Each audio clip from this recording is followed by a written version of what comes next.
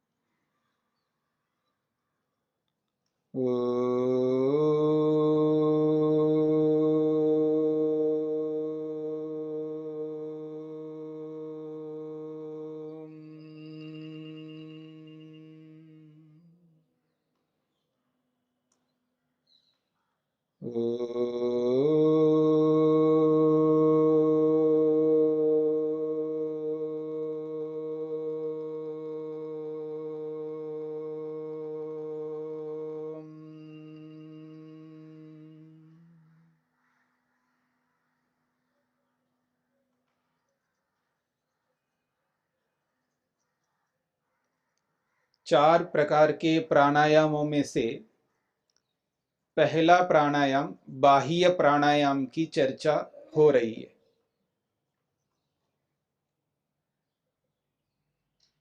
कल आपके समक्ष प्राणों को अंदर कैसे लेना चाहिए इस बात को लेकर के चर्चा हुई। फेफड़ों में अधिक से अधिक प्राणों को पहुंचाना किस प्रकार से होता है। शरीर विज्ञान की दृष्टि से जब हम प्राणों को अंदर भरते हैं तो कैसे भरना चाहिए जिससे फेफड़ों में अधिक से अधिक प्राण पहुंच जाए। फिर आगे की प्रक्रिया में प्राणों को पहुंचाने का काम हमारा है। उसके जो आगे की प्रक्रिया होती है उस प्रक्रिया से वो प्राण एक ऐसी शक्ति के रूप में परिवर्तित हो जाता है जिससे हमारे शरीर को ऊर्जा मिलती है। आप सुनते हैं ना, अन्न खाते हैं तो अन्न से बल मिलता है, ऊर्जा मिलती है। आपने ये भी सुना होगा सूर्य से भी हमको ऊर्जा मिलती है, ये भी सुना होगा। और ये भी सुना होगा पानी से भी हमको ऊर्जा मिलती है। तो शरीर को जो ऊर्जा चाहिए, जो शक्ति चाहिए, जो बल चाहिए, उसके लिए अलग अलग है तत्व संसार में, जिनको हम जाने या अनजाने से हम ग्रहण करते हैं और शरीर को ऊर्जा प्राप्त होती है, शक्ति मिलती है, बल मिलता है, जिससे हमारा शरीर ठीक ठाक रहता है। उन तत्वों में एक ऐसा तत्व है जिस पर हमारा जितना ध्यान होना चाहिए उतना नहीं है, उसका नाम है प्राण तत्व। प्राण से जितनी एनर्जी मिलती है, जितना सामर्थ्य मिलता है, जितना बल मिलता है, उतना और किससे मिल सकता है, यह शरीर विज्ञान को जानने से ही पता लगेगा। तो जिस प्रकार से प्राणों को लेते समय शरीर को समझ करके, तनुपट को, डायफ्राम को समझ करके, लंग्स को समझ करके, हंसली को, कॉलर बोन को समझ करके जैसे हम प्राणों को अंदर अधिक से अधिक लेते हैं, ठीक इसके विपरीत जब प्राणों को बाहर निकालना है तो उसकी अलग प्रक्रिया होगी, उससे उल्टी प्रक्रिया होगी। अधिक से अधिक जैसे भरने का प्रयास हम करते हैं, ठीक इसी प्रकार अधिक से अधिक निकालने का प्रयास करना है। और यह प्राणायाम के माध्यम से बहुत अच्छे ढंग से संभव है। प्राण अधिक से अधिक बाहर निकले, और सबको पता है आपको कि बाहर जब प्राण निकलता है तो क्या निकलता है, प्राण के साथ में गंदगी निकलती है, अशुद्धि निकलती है, जितने भी टॉक्सिन्स है वो सब बाहर निकल जाएंगे प्राण के माध्यम से। तो जैसे अंदर भरना आवश्यक है अधिक से अधिक, ठीक इसी प्रकार अधिक से अधिक बाहर निकालना भी आवश्यक है। और अधिक से अधिक बाहर कैसे निकाला जाए, ये तो आपको गुब्बारों से पता लग जाएगा। गुब्बारे के अंदर जब हवा भरते हो आप और उसमें से हवा निकालना है तो कैसे निकालते हो आप? ऐसे ही करते हो ना? तो ऐसे कर दो, बहुत बड़ा गुब्बारा है मान लीजिएगा और उसमें से हवा निकालना है, तो आप क्या करते? दबाते रहते हो, दबाते रहते हो, दबाते रहते हो, दबाते रहते हो, पिचका लेते हो आप, तो हवा बाहर निकल जाती है। यही प्रक्रिया अंदर करनी है। जैसे सांस भरते समय पेट को थोड़ा बाहर करेंगे तो तनुपट नीचे उतरेगा, तो फेफड़ों में जगह बन जाएगा, स्पेस बन जाएगा। और फिर छाती को फुलाते जाएंगे तो और जगह बन जाएगा। और जैसे ही हंसली ऊपर उठेगी, कॉलर बोन, और जगह बन जाएगा, तो अधिक से अधिक प्राणों को हम अंदर भरेंगे। ये लेने की प्रक्रिया है। अब उल्टी प्रक्रिया देखिएगा, प्राणों को बाहर निकालते जाओ दोनों नथुनों के माध्यम से, हंसली को अपनी जगह पर ले आओ, छाती को ढीला छोड़ते जाओ और पेट को थोड़ा अंदर करते जाओ, तो तनुपट ऊपर उठने लगेगा, डायफ्राम ऊपर अपनी जगह पर आ जाएगा और लंग्स में जगह बिल्कुल कम हो जाएगी। वो जो गुब्बारे अंदर वो सब चिपकने लगेंगे, ऐसे पास पास में आने जाएंगे, तो हवा अधिक से अधिक बाहर निकल जाएगी, तो सारी अशुद्धि बाहर निकल जाएगी। तो अधिक से अधिक निकालने की यह प्रक्रिया है। अधिक से अधिक लेने की प्रक्रिया अलग, निकालने की प्रक्रिया अलग। तो इस प्रक्रिया के माध्यम से जब व्यक्ति श्वसन क्रियाएं करता है, मेरी बात को समझना, जो आज पूरी दुनिया में जिन श्वसन क्रियाओं को किया जा रहा है उससे लाभ क्यों हो रहा है? इसी वजह से हो रहा है लाभ। चाहे वो अनुलोम विलोम के माध्यम से करें, वो चाहे दीर्घ श्वसन डीप ब्रीथिंग के माध्यम से करें, चाहे वो भस्त्रिका के नाम से मध्य श्वसन को करें, बहुत सारी क्रियाएं हैं जो श्वसन तंत्र से संबंधित हैं, जो लोग दुनिया भर के लोग योगाचारी लोग कराते हैं और बहुत अच्छे ढंग से कराते हैं। वो इसीलिए लाभ मिल रहा है उनको, और इससे शोधन हो जाएगा श्वसन तंत्र का और श्वसन तंत्र मजबूत होने लगेगा। फिर आप प्राणायाम करो। प्राणायाम में तो प्राणों को रोकना है, श्वसन क्रियाओं में लेना निकालना है। ये दोनों में अंतर है। जहां लेना निकालना चल रहा है, जहां रोकने का काम नहीं चल रहा है, तो समझ लेना वो श्वसन क्रियाओं का व्यायाम है, श्वसन तंत्र का व्यायाम है, वो श्वसन क्रियाएं हैं, सांस लेना निकालना। और जहां प्राणों को रोकने का काम किया आपने, जहां से रोकना प्रारंभ किया है और रोके रखते हो आप, चाहे वो बाहर निकाल के बाहर रोके रखो, चाहे अंदर लेकर के अंदर रोके रखो, फिर वो प्राणायाम प्रारंभ हो जाएगा वहां पर। और इस प्राणायाम में जो सामर्थ्य हमको मिलेगा, प्राणों की जो आपूर्ति होगी, वो विशेष होगी।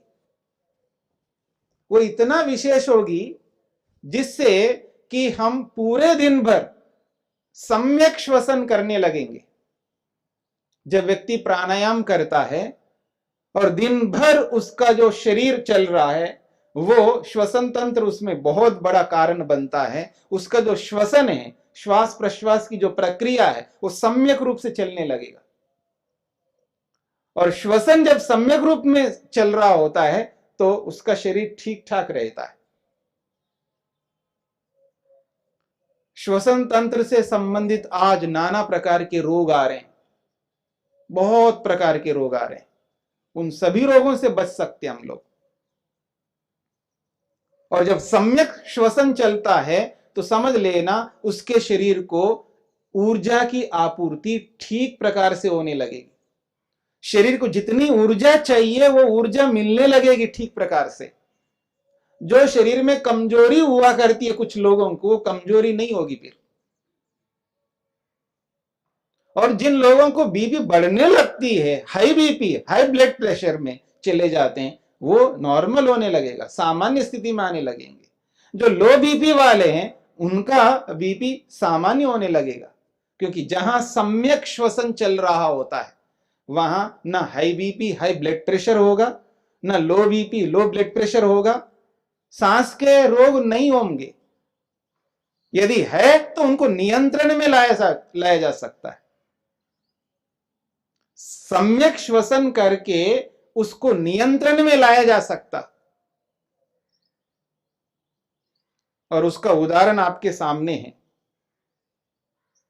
जिनको रोग होता है, अस्थमा होता है, मान लीजिए परेशान होता है व्यक्ति, लेकिन अपने श्वसन तंत्र का व्यायाम करके और ठीक प्रकार से विधिवत प्राणायाम करके विधिवत भोजन लेकर के उसको नियंत्रण में लाया जा सकता है और सम्यक श्वसन में रह जा सकता है और उनके प्रभावों से बचा जा सकता है।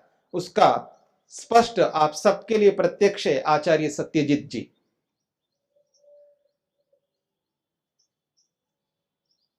नियंत्रण,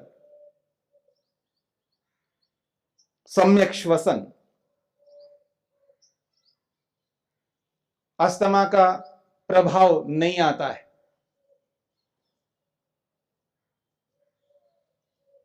पर प्राणायाम करना होगा, सम्यक श्वसन बनाना पड़ेगा हमको।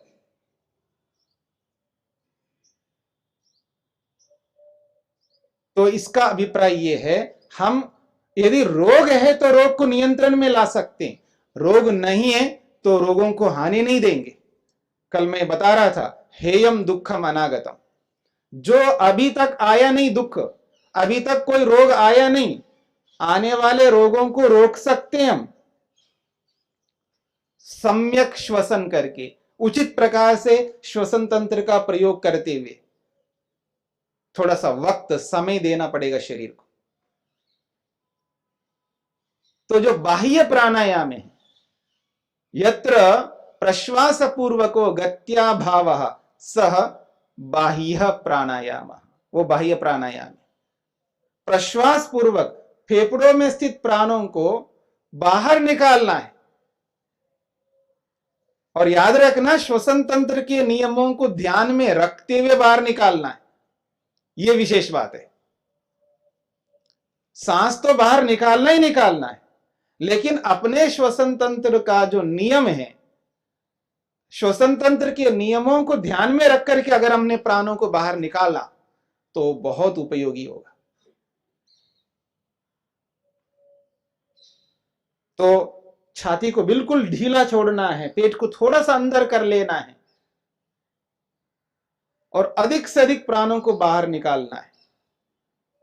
प्रश्वास पूर्वक गति अभाव, प्रश्वास पूर्वक प्राणों को पूरा का पूरा अधिक से अधिक बाहर निकालना है, और उसको देश को ध्यान में रखते हुए निकालना होता है, काल को सामने रखते हुए निकालना होता है, और संख्या को सामने रखते हुए निकालना होता है, जो सूत्र कहना चाहता है। ये समझने योग्य बातें हैं। सतो बाह्य आभ्यंतर स्तंभ वृत्ति ही देश काल संख्या भी परिदृष्टो दीर्घ सूक्ष्म।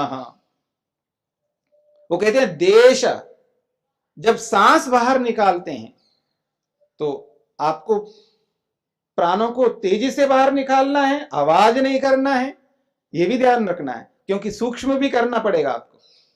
और जब सांस बाहर निकालते हैं वो कहां तक बाहर निकलेगा, जैसे सांस बाहर निकाल रहे, आप अपने हाथ को ऐसा लगा के रख करके देख सकते हो, जब बाहर पूरा निकालते हैं तो आपके इस हाथ को स्पर्श कर रहा है प्राण, तो उसका देश यहां है, नाक से लेके यहां तक, यहां तक आ रहा है, यहां तक आ रहा है, कहां तक प्राण जा रहा है, ये देश है। धीरे धीरे अभ्यास करते करते करते उसका देश बढ़ता जाएगा। मेरी बात को समझने का प्रयत्न करना। जब प्राणों को बाहर निकालते हैं तो जब तेजी के साथ निकालते हैं तो वो जो प्राण है वो कहां तक पहुंच रहा है, वो अपने सामर्थ्य के ऊपर, अपने अभ्यास के ऊपर निर्भर करेगा, हमारा कितना अभ्यास है, कितना दूर जाएगा। ये है देश। इसलिए कहा है देशेन परिदृष्टा, ईयानस्य विषयो देशः, महर्षि वेदव्यास लिखते हैं, देशेन परिदृष्टा, देश के माध्यम से परीक्षण किया जा रहा है कि जब प्राण बाहर निकाल रहे तो कितना दूर जा रहा है वो प्राण, ये देश है। कालेन परिदृष्टा क्षणानाम इयत्ता अवधारणेन, ये जो प्राण हैं बाहर निकाल रहे हैं तो बाहर निकाल के बाहर रोक लिया। कालेन परिदृष्टा, काल कहते हैं समय, काल के द्वारा परीक्षण किया जा रहा है। क्षणानाम इयत्ता अवधारणेन, कितने क्षण, कितना काल आपने प्राणों को रोका, उसका भी अवधारण, उसका भी निश्चय करना है। फिर वो कहते हैं संख्या भी परिदृष्टा, संख्या के माध्यम से भी परीक्षा करनी है कि 1 प्राणायाम किया, 2 प्राणायाम किया, 3 प्राणायाम किया, ये संख्या है। और इस संख्या में भी एक और है, वो कहते हैं संख्या भी परिदृष्टा एतावद भी श्वास प्रश्वासै प्रथमः उद्घातः। उद्घात उसको कहते हैं जो हम श्वास लेते हैं और प्रश्वास करते हैं, श्वास लेते हैं प्रश्वास करते हैं, तो ये जो चल रहा है तो श्वास लेना और प्रश्वास करना वो एक है। फिर श्वास लेना फिर प्रश्वास करना वो 2 हो गया, 2 बार। ऐसे लेना निकालना ऐसे 12 बार करेंगे तो उसका नाम है उद्घात। सांस लिया निकाला, 1 लिया निकाला, 2 लिया निकाला, 3, ऐसी संख्या से आप गिनते जाइए, ऐसे 12 संख्या पूरी हो जाए तो उसका नाम है प्रथम उद्घात। ऐसे ही द्वितीय उद्घातः, तो 12 12 24। फिर तृतीय उद्घातः, फिर कितने हो जाएंगे 36। ऐसे वो अभ्यास से उतनी संख्या तक पहुंचना अगर है किसी को, लंबे काल से अभ्यास करके वहां तक पहुंच सकता है। तो संख्या के माध्यम से भी हमको समझना है इसको, काल के माध्यम से भी कितना समय तक मैं रोक रहा हूं प्राणों को, यह भी समझना है। और देश कि वो प्राण जब बाहर निकालता हूं तो कितना दूर जा रहा है प्राण, ये देखना है। तब जाकर के हमारा प्राणायाम माना जाएगा। इसलिए उन्होंने कहा है क्या, देश काल संख्या भी, देश काल और संख्याओं के द्वारा परिदृष्ट देखा जाना चाहिए, परीक्षण किया जाना चाहिए। और ऐसा करता हुआ फिर उस प्राणायाम को कैसे बनाना चाहिए, दीर्घ सूक्ष्म। उस प्राणायाम को लंबा करो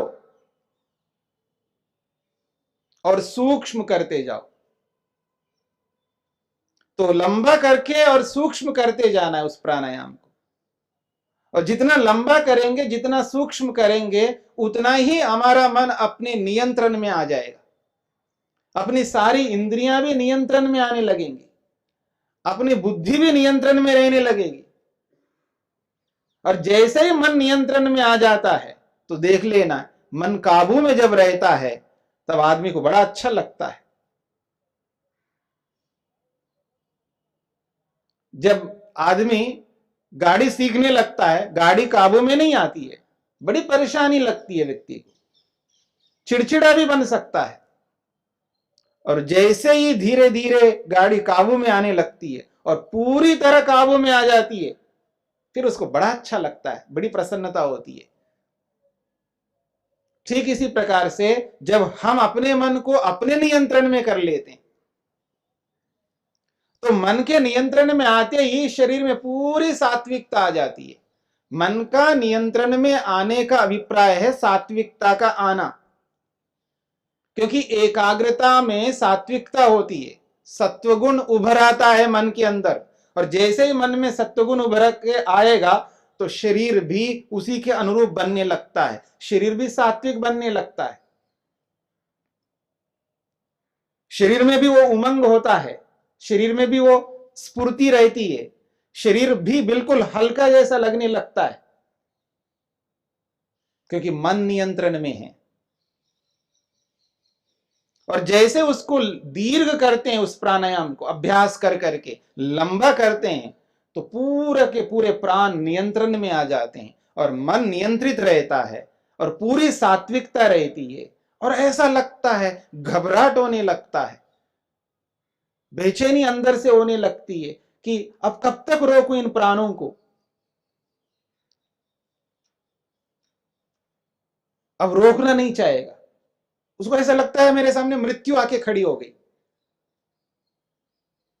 मैंने कहा था ना, मृत्यु को न्योता देना है प्राणायाम करने का मतलब। सांसें रोके रखना, रोके रखना, रोके रखना, रोके रखना। तो कब तक रोकेगा आदमी? यूं मानो कि मृत्यु सामने खड़ी हो, ऐसे दिखने लगेगा व्यक्ति।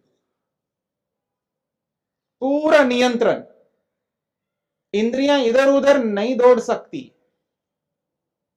कोई दूसरा याद नहीं आएगा। याद रखना, मेरी बात को समझने का प्रयत्न करना। जब आदमी के सामने मृत्यु दिखाई देती है ना, कोई याद नहीं आता, ना पति ना पत्नी, ना मां बाप ना बच्चे, ना अध्यापक ना विद्यार्थी, ना आश्रम ना पैसा, कुछ नहीं याद आता है, केवल मृत्यु दिखाई देती है व्यक्ति को। घबराहट होती है अंदर से, आत्मा को परेशानी होती है, वो मृत्यु से उसको डर लगता है, मृत्यु से बिल्कुल डर लगता है व्यक्ति। प्राणों को रोके रखा है,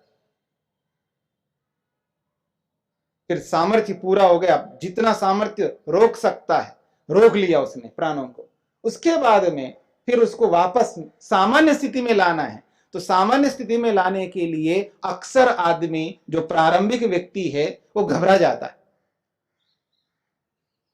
अधैर्य बहुत अधिक रहता है व्यक्ति में, अधैर्य, तसल्ली नहीं होती है, धैर्य की बहुत कमी होती है व्यक्ति के जीवन में। और कार्यों में, व्यवहार में, जो भी बिहेवियर करता है दूसरों के साथ, उस व्यवहार में अधैर्य बहुत देखा जाता है। उसी अधैर्य को यहां पर भी लागू कर लेता है, इतना अधैर्य आ जाता है, एकदम खींचने लगता है प्राणों को व्यक्ति। ऐसा कभी नहीं करना, एकदम खींचना नहीं प्राणों को, आराम से, तसल्ली से, धैर्य से। कुछ नहीं होने वाला है, कुछ नहीं होगा। इतने कमजोर नहीं हम लोग, हाँ याद रखना, इतने कमजोर नहीं है। इसलिए बिल्कुल धैर्य से, धीमी गति से, आराम से सांसों को अंदर भरना है। उसी प्रक्रिया से, श्वसन तंत्र के नियम के माध्यम से आपको प्राणों को आराम से अंदर लेकर के सामान्य हो जाना। तो देश के माध्यम से परीक्षण करते हुए, काल को भी सामने रख करके, कितने काल तक मैं रोक रहा हूं उसका परीक्षण करते हुए, और कितने प्राणायाम किया है मैंने, यानी कितने बार किया है, एक प्राणायाम किया, दो किया, तीन किया, चार किया, कितनी संख्या में किया, और कितने श्वास प्रश्वासों को रोक करके मैंने किया है, कितने बार श्वास प्रश्वासों को रोका मैंने, एक उद्घात पूरा किया या दो उद्घात पूरा किया या तीन उद्घात पूरा किया, ये संख्या है। इसको भी ध्यान में रख करके करना होता है, ताकि सामर्थ्य अधिक से अधिक बढ़ सके। याद रखना, मृत्यु को जीतने का मतलब केवल ऐसा ही नहीं है, ओम त्र्यंबकम यजामहे सुगंधिम पुष्टिवर्धनम, ये बोलते जाओ बोलते जाओ बोलते जाओ और मृत्यु को जीत लेंगे, ऐसा नहीं होगा। मृत्यु को ऐसा नहीं जीता जा सकता है। मृत्यु को जीतना है तो प्राणों को अपने वश में करना है, क्योंकि प्राण रहेंगे तभी मृत्यु को जीता जा सकता है। प्राण ही हमारे अधिकार में नहीं है, प्राण ही अपने नियंत्रण में नहीं है, प्राणों को अपने कंट्रोल में हमने नहीं किया है, तो भूल जाना, कितना ही मृत्युंजय के मंत्र बोलो, हाँ इतना जरूर लाभ होगा, बोलना जरूर है, इसका यह मतलब नहीं है उस मंत्र को नहीं बोलना, हाँ जरूर बोलिएगा। उस मंत्र को बोलने से वेद की रक्षा होती है, वेद मंत्र है, उसके अर्थ को आप जान लेते हैं, और ना करने वाले की अपेक्षा कुछ कर रहा है, पुण्य कर्म है, श्रेष्ठ कर्म है।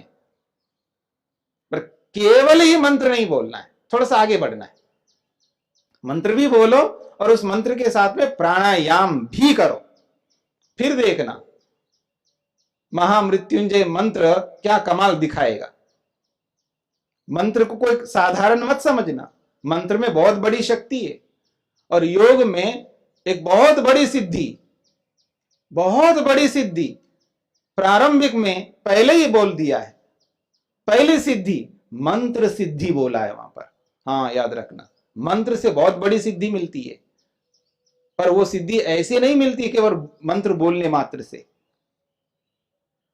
उस मंत्र को बोल करके उस मंत्र में जो अर्थ है उस अर्थ को सामने लाना है, उस अर्थ को धरती पे उतारना है, धरती से ऊपर नहीं रखना उसको। धरती पे उतारने का मतलब है व्यवहार में उतारना है उस अर्थ को, तब जाकर के वही मंत्र हमको बहुत बड़ी सिद्धि देने वाला बनेगा। इसलिए महामृत्युंजय मंत्र को बोलना है, लेकिन प्राणायाम के साथ में बोलना है। प्राणों को अपने नियंत्रण में रखते हुए बोलना है, प्राणों को समझते हुए बोलना है, प्राणों के साथ खेलते हुए बोलना है। याद रखना, खेलना समझते हैं, ये क्रीड़ा है, मतलब उनको ऐसे नियंत्रण में लाना है प्राणों को, जैसे कोई गेंद लेकर के, गेंद से जो खेलता है आदमी, कैसे गेंद को अपने नियंत्रण में रखता है व्यक्ति, तो जैसे गेंद को नियंत्रण में रखता है, वो भी एक खेल है। तो ये भी एक खेल है, प्राणों से खेलो, यानी प्राणों को अपने नियंत्रण में रखो, जैसे चाहे वैसे चलाओ। प्राणों को कम करना चाहे तो कम कर सके, कहां प्राणों को कम करना है, ये एक बहुत बड़ी कला है।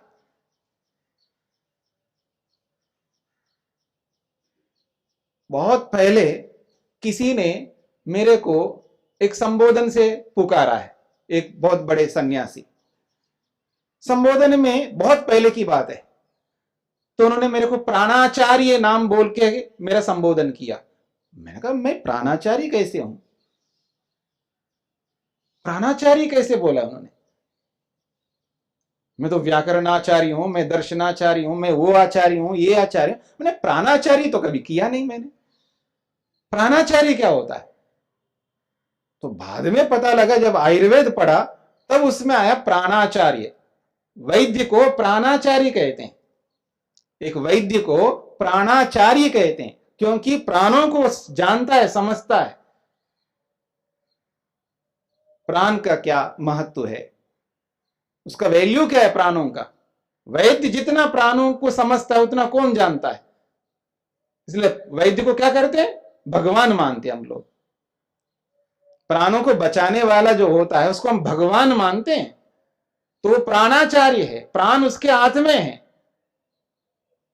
इसलिए प्राणाचार्य बनना है अपने स्वयं के लिए, अपने प्राणों को अपने अधिकार में रखना है, प्राणों को अपने अधिकार में रख करके उसे खेलना है, तब हम प्राणाचार्य बन सकते हैं। इसलिए महर्षि याज्ञवल्क्य ने कहा योगाभ्यासी व्यक्ति के लिए, स्वाध्याय करने वाले व्यक्ति के लिए, क्या बोला है? वैद्य बोला है, आत्मनः चिकित्सकः, आत्मनः चिकित्सको भवति। वो अपने आप का ही चिकित्सक बनता है, वैद्य बनता है, बहुत बड़ा परम चिकित्सक कहा है। सामान्य साधारण चिकित्सक नहीं बोला, परम चिकित्सक, स्वात्मनः परम चिकित्सको भवति, ऐसा बोला है। इसलिए बहुत उपयोगी है प्राण, इनको समझना पड़ेगा, इनसे खेलना आना चाहिए, इनको अपने नियंत्रण में करना आना चाहिए। कहां ज्यादा सांसें लेना है, कहां कम लेना है, कितना लेना है, कैसे उस प्राणों को नियंत्रण में रखना, ये भी एक बहुत बड़ी विद्या है, इसको भी समझना चाहिए।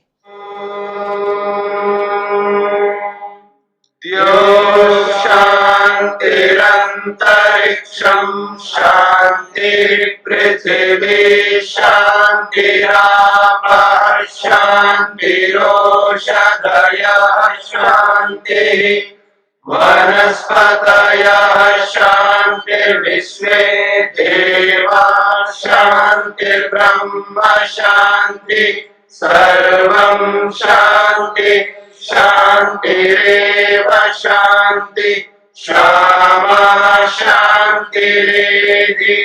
ओम शांति शांति शांति